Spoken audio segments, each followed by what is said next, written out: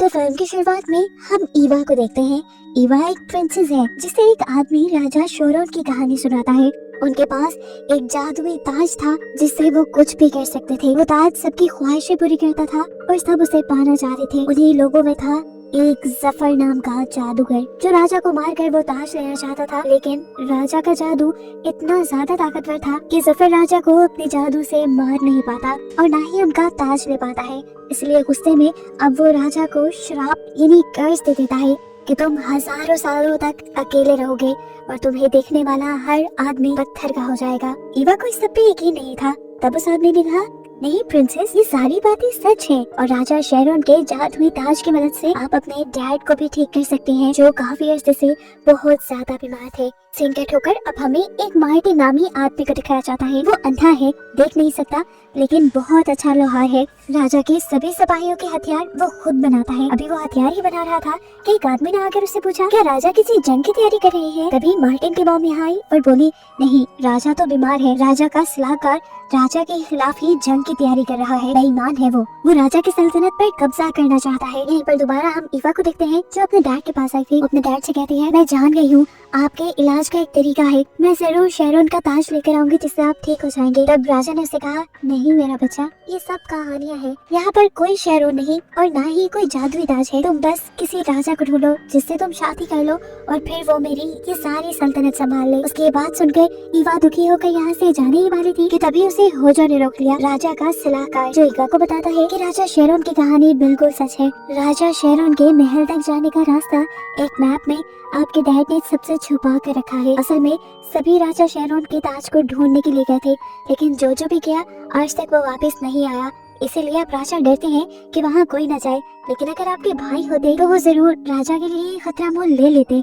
ईवा ने उसकी बातों को मान लिया, ये सोचे बगैर कि वो कोई चाल भी चल रहा होगा। रात होने पर ईवा ने राजा के कमरे से नक्शा चुरा लिया और अपने घोड़े पे सवार हो गए यहाँ से बाहर निकल गई राजा शेरोन के ताज को लेने के लिए। बाहर जाने से पहले ईवा ने बहुत बड़ा गाउन पहन लिया था। इस गाउन की वजह से सिपाही ईवा को पहचान नहीं पाए। वो चोर समझ के ईवा को रोकने लगे, लेकिन ईवा अपने घोड़े से सबको धकेलते हुए यहाँ से निकल गई। वो जो ये सब देख रहा था उसने ईवा को रोका नहीं और उसके यहाँ से जाते ही राजा को जाकर उसने खबर दे दी कि ईवा यहाँ से भाग गई है शाही राजा शेरोन का ताज लेने के लिए। ये सुनकर राजा डर गए और राजा ने उसे कहा, जाओ सारे सिपाहियों को भेजो फौरन मेरी बेटी को ढूंढने के लिए। मुझे मेरी बेटी जिंदा सलामत वापस चाहिए। जिस पर होजो बोला, ऐसे तो मुमकिन नहीं, यहाँ मुझे किसी को भी हुक्म देने की अथॉरिटी नहीं है। अगर आप मुझे यहाँ का राजा बनाए तो मैं आपकी बेटी को ढूंढने का काम कर सकता हूँ। राजा जो अपनी बीमारी से पहले ही परेशान थे, अपनी बेटी की जुदाई का गम वो बर्दाश्त नहीं कर सकते थे, इसीलिए उन्होंने तब तक के लिए होजो को बादशाह बना दिया जब तक शहजादी यानी ईवा वापस लौट कर नहीं आती। ये सुनकर होजो बहुत ज्यादा खुश हो गया क्योंकि उसका प्लान सही से काम कर गया था। वैसे भी राजा शेरोन के महल से आज तक कोई वापस नहीं आया था। वो ईवा को तलाश करवाने के लिए भी किसी को नहीं भेजता क्योंकि अब उसे ईवा की जरूरत ही नहीं थी। होजो अब अपने कमरे में जाकर अपने जादुई शीशे में किसी से बात करता है, जिससे उसने बताया कि अब राजा ने मुझे यहाँ का नया राजा बना दिया है। मैं जल्द ही यहाँ की दूसरी सल्तनतों पर भी हमला करके उन सबको भी अपना बना लूंगा और फिर पूरी दुनिया पे राज करूंगा। देखना, राजकुमारी राजा शेरोन के महल जा रही है, वो तुम्हारे करीब से होकर गुजरेगी, उसे कभी वापस आने के लायक न छोड़ना। उनकी ये बात खत्म हो जाती है और दूसरी तरफ हमें दोबारा मार्टिन को दिखाया जाता है जो इस वक्त जंगल में था। अंधा होने के बावजूद भी वो बड़े अच्छे से सारे काम कर रहा था और अब वो एक क्रिसमस ट्री लेकर घर आता है जहाँ उसकी मॉम उसे डांटती भी है, तुम क्यों रोज रोज इतने खतरों में चले जाते हो। तब मार्टिन कहता है, मॉम आप फिक्र ही ना किया करें, मैं सारे काम कर सकता हूँ। बेशक मेरी आंखें नहीं, लेकिन मेरी बाकी सब सेंसेस ज्यादा काम करती हैं। वो क्रिसमस ट्री लेकर आया था क्योंकि आने वाले दिनों में क्रिसमस आने वाला था और वो इस ट्री को खुद सजाना चाहता था। अभी ये लोग बात ही कर रहे थे कि दिखाया गया कि ईवा भी इनके शहर में पहुंच गई। ईवा को अपनी पुरानी तलवार की धार लगवानी थी। जब उसने लोगों से किसी लोहार के बारे में पूछा तो लोग उसे मार्टिन के घर ले गए। मार्टिन उसके करीब जाता है और उससे पूछता है, मैं आपकी क्या मदद कर सकता हूँ। ईवा कहती है, मुझे अपनी तलवार की धार लगवानी है और अपने घोड़े की नाल भी डलवानी है। मार्टिन ने कहा, जब तक मैं ये सब करूँ आप मेरी मॉम के पास रह सकते हैं। ईवा उसकी बात मानते हुए उसके घर का दरवाजा नॉक करने लगी। वो औरत जैसे ही बाहर निकली तो खुशी से हाँफ गई। वो ईवा को पहचान गई थी। एक प्रिंसेस को अपने घर देखकर वो इतना कंफ्यूज हो गई कि उसे समझ नहीं आया क्या करे। उसने प्रिंसेस को अपने घर पर बिठाया और अपने घर पर बनी हर चीज उसके सामने रख दी। ये लोग बातें करने लगे। कुछ ही देर में मार्टिन उसकी तेज हुई तलवार उसके पास ले आया और यहाँ बातों ही बातों में ईवा ने इन दोनों को बताया कि वो शेरोन के महल की तरफ जा रही है। ये सुनकर मार्टिन की मॉम बहुत ज्यादा डर गई और बोली, आप इतना खतरा मोल क्यों ले रही हैं? आज तक कोई भी वहाँ से नहीं बच के आया। जिस पर ईवा ने कहा कि मुझे अपने डैड को किसी भी हाल में ठीक करना है और ये खतरनाक कदम अब मुझे उठाना ही होगा। मार्टिन की मॉम जानती थी कि ईवा उसकी बात नहीं मानेगी, तो तब उसने ईवा से कहा कि आप आज रात यहीं पर गुजार लें। रात को वो इतना खतरनाक सफर ना करें, सुबह होने पर अपना सफर कंटिन्यू कर लीजिएगा। उसके कहने पर ईवा सोने के लिए चली गई और कुछ देर बाद मार्टिन ने अपनी मॉम से कहा, मॉम मैं भी प्रिंसेस ईवा के साथ जाऊंगा। ये सुनकर उसकी मॉम ने कहा, बेवकूफ तो नहीं हो गए, इतने खतरे में मैं तुम्हें नहीं जाने दूंगी। तब मार्टिन ने कहा, मॉम हम प्रिंसेस को भी अकेले जाने तो नहीं दे सकते ना। मार्टिन को जिद करता देखकर उसकी मॉम को कुछ समझ नहीं आई और उन्होंने मार्टिन की चाय में सोने की दवाई मिलाकर उसे पिला दी। सुबह देर से मार्टिन की आँख खुली और जब उसने अपनी मॉम से ईवा के बारे में पूछा तो उसे पता चला कि ईवा तो सुबह होते ही निकल गई थी। मार्टिन को शक हो गया था कि उसकी मॉम ने ही उसके साथ की चाल चली है। अब यहाँ करीब उसे प्रिंसेस की खुशबू आ रही थी। खुशबू का पीछा करते हुए वो एक जगह पर पहुंचा तो वहाँ प्रिंसेस का रुमाल था। वो जब रुमाल पकड़े बैठा था तो तब उसकी मॉम ने कहा, मार्टिन क्या आज तुम्हें कोई काम नहीं करना? ऐसे क्यों बैठे हो? अपनी मॉम की बात सुनते हुए वो लकड़ियाँ काटने लगा, लेकिन उसे ऐसा एहसास हो रहा था कि जैसे प्रिंसेस का घोड़ा या प्रिंसेस करीब ही है। उसकी सोच बिल्कुल ठीक थी। कुछ ही सेकंड्स में प्रिंसेस का घोड़ा यहाँ आ गया, जिसे देखकर मार्टिन समझ गया कि जरूर प्रिंसेस किसी खतरे में है। तभी घोड़ा अकेला वापस आया है। भागकर वो घर के अंदर गया और उसने कपड़े पहन लिए। उसने प्रिंसेस को बचाने का फैसला कर लिया था। पहले तो उसे उसकी मॉम ने रोकने की कोशिश की, लेकिन फिर उसका अटल फैसला देखते हुए उन्होंने उसके बचाव के लिए एक कुल्हाड़ी उसे दी और साथ ही उसे खाने का कुछ सामान भी दिया। और फिर मार्टिन चला गया प्रिंसेस को बचाने के लिए। घने जंगलों से होता हुआ आखिर वो उस एरिया में पहुंच ही गया था जहां से आगे वो लंबी पहाड़ियां शुरू होती थी, जिसके पीछे था शेरोन का महल। ये घोड़ा अब आगे नहीं जा रहा था। तब उसे अपनी मॉम की बात याद आई कि वो जगह इतनी खतरनाक है कि वहाँ जानवर भी जाने से डरते हैं। अब वो समझ गया था कि ये घोड़ा आगे नहीं जाएगा। आगे का सफर उसे अकेला ही तय करना पड़ेगा। अपनी कुल्हाड़ी से रास्तों को जांचते हुए वो एक दरवाजे तक पहुंचा, जिसके अंदर की तरफ एक छोटी सी सड़क और एक और दरवाजा था। वो दरवाजा शेरोन की शक्ल का बना हुआ था और शेरोन की मूर्ति के कान में एक गॉब्लिन यानी एक बोना बैठा था, जो मार्टिन को देखते ही समझ आता है कि मार्टिन अंधा है और उसे बेवकूफ बनाने के लिए बोलता है, मैं यहाँ का गार्ड हूँ, तुम मुझे कुछ दिए बगैर यहाँ से आगे नहीं जा सकते। मार्टिन कंफ्यूज हो गया और बोला, मैं तो एक आम सा लोहार हूँ, मेरे पास तुम्हें देने के लिए कोई सिक्का नहीं। तब गॉब्लिन ने पूछा, तुम्हारे इस बैग में क्या है? वो बोला, बस खाने पीने की चीजें। जिसे देखकर गॉब्लिन के मुंह में पानी आ गया। एक बन मार्टिन अब थोड़ी दूरी पे रख देता है ताकि उसे गार्ड उठा ले। उसे नहीं पता था कि ये गॉब्लिन है। गॉब्लिन ने जब ये बन टेस्ट किया तो उसे बहुत मजे का लगा और लालच में वो अब मार्टिन के बैग में घुसने लगा। आवाजों से मार्टिन समझ गया कि यहाँ पे कोई है और उसने जल्दी से गॉब्लिन को पकड़ भी लिया। इतने छोटे से को पकड़कर वो हैरान था। मार्टिन ने उसे कहा, इतने छोटे हो, कितना बड़ा झूठ बोल लेते हो और चोरियां भी कर लेते हो। तब गॉब्लिन ने कहा, असल में मुझे बहुत भूख लगती है और जंगल में कई दिनों तक खाने को नहीं मिलता। इतना अच्छा खाना है, कैसे छोड़ दूं? ये सुनकर मार्टिन हंसा और मार्टिन ने उसे एक और बन दे दिया। खुश होकर गॉब्लिन ने भी उसकी मदद करने का फैसला किया और उसे बताया, मैं जानता हूँ तुम प्रिंसेस को ढूंढते हुए यहाँ आए हो। रास्ते में चलते हुए तुम्हें एक विच यानी एक डाइन मिलेगी, वो तुम्हारी मदद करेगी और तुम्हें प्रिंसेस तक पहुंचने में आसानी हो जाएगी। लेकिन हाँ, याद रखना उस विच के चुंगल में ना फंस जाना, और अगर विच तुम्हें अपने घर ले गए तो उसकी बिल्ली को जरूर अपने साथ ले लेना। उसकी ये बातें सुनने के बाद मार्टिन अब अपने सफर को कंटिन्यू कर देता है और हम देखते हैं कि गॉब्लिन अभी भी उसका पीछा कर रहा था, सिर्फ उसके खाने के लिए। चलते हुए मार्टिन के रास्ते में आ जाती है एक नदी, जिसका अंदाजा उसे अपनी कुल्हाड़ी से हुआ था। वो इस नदी की गहराई का अंदाजा लगाने के लिए पास पड़े हुए कुछ पत्थर फेंककर ये बात पता चलाता है कि ये नदी ज्यादा गहरी नहीं, वो इसे पार कर सकता है। सारे कपड़े उतारकर वो नदी को पार कर लेता है और दोबारा से कपड़े पहनकर अपना सफर शुरू कर देता है। नदी पार करते ही थोड़ी ही दूरी पर उसे वो विच, वो डाइन मिल ही जाती है, जिसके बारे में गॉब्लिन ने उसे बताया था। ये विच बहुत ही अजीब शक्ल की थी। मार्टिन ने जब उससे प्रिंसेस के बारे में पूछा तो वो विच बोली, असल में मुझे ज्यादा कुछ याद नहीं रहता। कोई आई तो होगी प्रिंसेस यहाँ पे, लेकिन कहाँ गई होगी मुझे याद नहीं। मैं अपनी सारी बातें अपनी डायरी में लिख लेती हूँ। अगर तुम्हें पता चलाना है तो तुम मेरे घर आ जाओ और डायरी से पढ़कर मैं तुम्हें बता दूंगी कि वो कहाँ की तरफ गई है। भोला मार्टिन उसकी चिकनी चुपड़ी बातों में आता हुआ उसके घर चला गया। विच ने जाकर उसे एक स्टूल पर बैठा दिया और दिल ही दिल में सोचा, आज तो इस अंधे का गोश्त खाने को मिलेगा। वो मार्टिन को ट्रैप करने के लिए दूध में बेहोशी की दवाई मिलाकर मार्टिन को दे देती है। मार्टिन जैसे ही ये सुनता है तो उसे गड़बड़ महसूस हो जाती है और गॉब्लिन की सारी बातें भी याद आ जाती हैं कि गॉब्लिन ने कहा था इस बुढ़िया से होशियार रहना। अब उसने अपना दिमाग लगाया और विच से बोला कि मुझे बाहर से आवाजें आ रही हैं, शायद बाहर तुम्हें कोई बुला रहा है। विच भागते हुए बड़ी तेजी से बाहर गई कि आज तो एक और शिकार भी मिल गया। उतने में ही पीछे से मार्टिन ने विच के दूध के साथ अपना दूध बदल दिया और जब विच वापस आई तो वो बोली, बाहर तो कोई भी नहीं था, तुम्हें वहम हुआ होगा, चलो जल्दी से शाबाश अब दूध पी लो।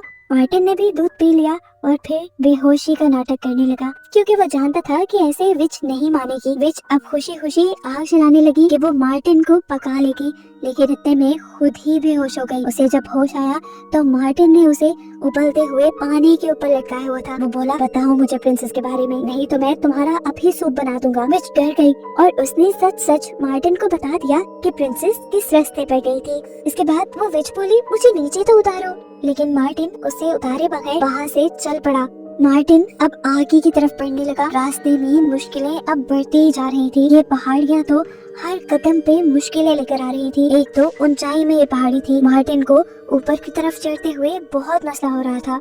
अब यहाँ गॉब्लिन उसकी मदद करने के लिए बोला, जिस पहाड़ी पे तुम चढ़ रहे हो ना, ये बहुत पतली है, अगर तुम गिर गए तो फंस जाओगे, निकलना आसान नहीं होगा। पर मार्टिन हिम्मत करता रहा। कुल्हाड़ी से ऊपर की ऊंचाइयों का अंदाजा लगाते हुए वो ऊपर की तरफ चढ़ता रहा। पीछे से विच ने भी पास पड़ी एक कुल्हाड़ी को उठाया और अपनी रस्सी को तुड़वा कर आजाद हो गई। उसने फौरन शीशे में किसी से बात करना शुरू की। और कोई नहीं बल्कि होजो ही था, जिसे उसने बताया कि मुझे लगता है अब तुम्हारा कर्ज टूट जाएगा। होजो बोला, क्या बकवास कर रही हो, तुम जानती हो वो कर्ज मैंने ही दिया है।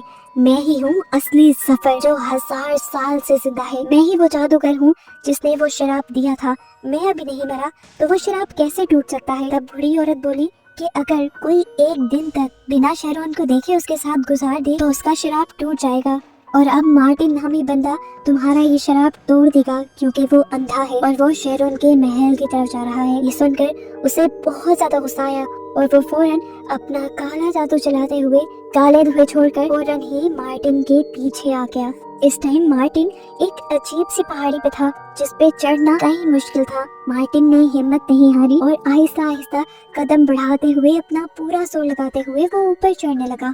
इस अंधे को ऊपर चढ़ता देखकर ज़फर यानी होजो हैरान परेशान हो गया और उसने अपने जादू से पहले यहाँ गॉब्लिन को पत्थर बना दिया जो उसे देख सकता था और मार्टिन की मदद कर सकता था। और फिर उसने मार्टिन को भी पहाड़ी से नीचे गिरा दिया, इससे पहले कि वो जमीन से टकरा जाता और उसे कुछ हो जाता।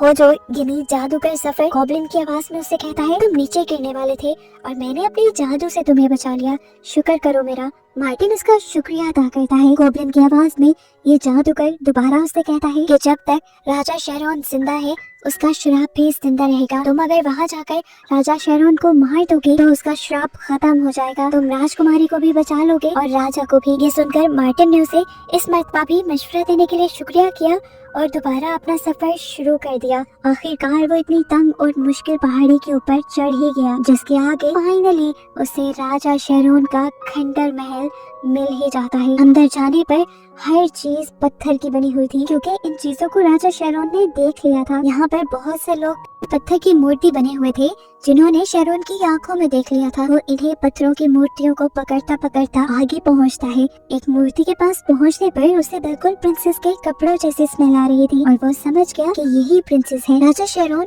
अब इस आदमी को देखकर हैरान हुआ। वो कई मर्तबा राजा शेरोन की तरफ मुंह कर चुका था और राजा उसे देख भी चुका था, लेकिन फिर भी वो पत्थर का नहीं बना। दुखी शेरोन हैरान होकर उससे पूछता है, तुम पत्थर के क्यों नहीं बने अभी तक? मार्टिन बताता है, क्योंकि मैं अंधा हूँ, तुम्हें देख नहीं सकता। मैं यहाँ पर तुम्हारा श्राप तोड़ने के लिए आया। शेरोन भी 1000 साल से इस तन्हा लाइफ से तंग आ चुका था। उसने मार्टिन से पूछा, तुम्हारे पास कौन सा रास्ता है श्राप तोड़ने का? तब मार्टिन ने बताया कि मुझे एक गॉब्लिन से पता चला है कि आपको अगर मार दिया जाए तो आपका श्राप टूट जाएगा। अपनी जिंदगी से तंग शेरोन ने उसके सामने घुटने टेक दिए और उसे कहा, मार तो मुझे, अगर इसमें ही सबकी भलाई है तो मार दो। मैंने आज तक किसी के साथ कुछ बुरा नहीं किया, लेकिन फिर भी अगर इस चीज की मुझे सजा मिलती है तो दो मुझे सजा। मार्टिन ने उसे मारने के लिए कुल्हाड़ी उठा भी ली, लेकिन उसे शेरोन को मारना अच्छा नहीं लगा। उसने शेरोन से कहा, आपने आज तक किसी को नहीं मारा, कोई जुल्म नहीं किया, तो आपको ये सजा क्यों मिले? ये सब सुनते हुए अब अचानक से जादूगर जफर इनके सामने आ जाता है। वो मार्टिन से कहता है, तुमने इसे मारा नहीं, मेरा सारा प्लान तुमने चौपट कर दिया, अब देखना मैं तुम्हें बताता हूँ। वो अपने काले जादू से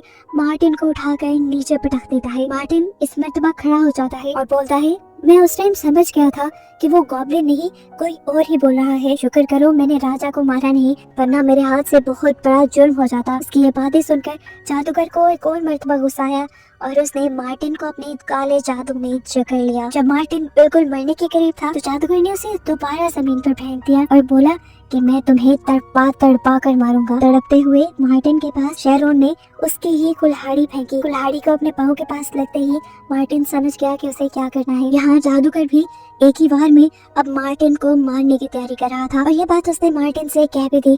इससे पहले कि वो अपना जादू करता और मार्टिन को मार देता, एकदम से मार्टिन कुल्हाड़ी उठाकर घुमाते हुए उसके सीने में फेंक देता है, जिससे सफर का काला जादू यहीं पर भस्म होने लग जाता है। इसके बाद करीब जाकर मार्टिन उसके सीने से जैसे ही कुल्हाड़ी निकालता है तो जादूगर मर जाता है और काला धुआं चारों तरफ फैल जाता है। उसकी बॉडी भी काले धुएं में मिल जाती है और यहाँ पर एक छोटा सा चूहा रह जाता है जो यहाँ से भागने की कोशिश कर रहा था। लेकिन तभी मार्टिन की बिल्ली जो मार्टिन विच के घर से लेकर आया था वो उस चूहे को पकड़कर खा जाती है और ऐसे सफर का सारा किस्सा तमाम हो जाता है।